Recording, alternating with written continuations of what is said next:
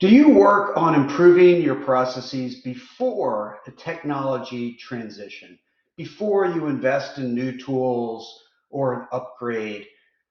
This is a problem I've pushed a lot of organizations on, and I have sort of a slightly different perspective that I want to share on why this is so important.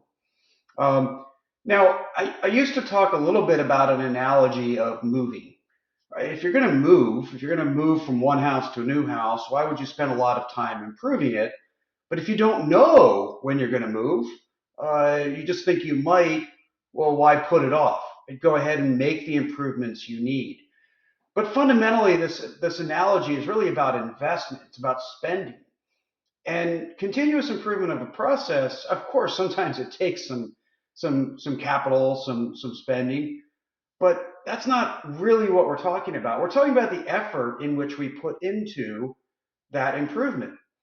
And so I really encourage lots of organizations, even if they know they have a technology transition coming, if they know they have some big investment of something they're going to move to, they put off working on improvement within the processes that they have. And I think that's a mistake. So, sort of a new analogy that came to mind in a conversation today that I'd like to share is related to an upcoming knee surgery that I have. Now, I'm spending quite a bit of time working on both the flexibility and the strength of my leg muscles because I know that after the surgery, I'm going to have physical therapy. And that's going to take a bunch of work, right? I'm going to have the surgery, then I need to improve my leg. But the more work I do beforehand, the easier that work is going to be after. If I work on my flexibility and my strength going into the surgery, the rehabilitation will be easier afterwards. Process improvement is similar with technology investments.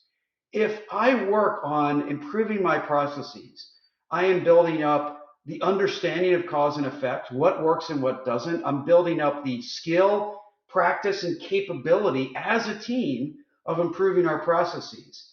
And so that as that sort of point in time of a technology investment happens, then afterwards, as it launches or after it's launched, I will have those muscles built.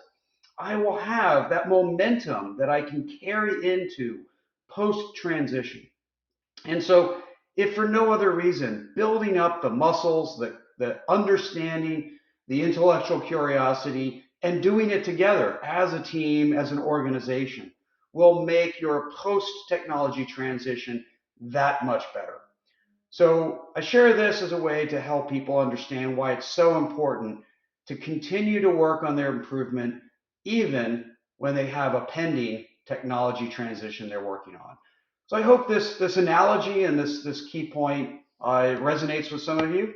I'd love to hear your thoughts on how you manage continuous improvement in and around technology transitions.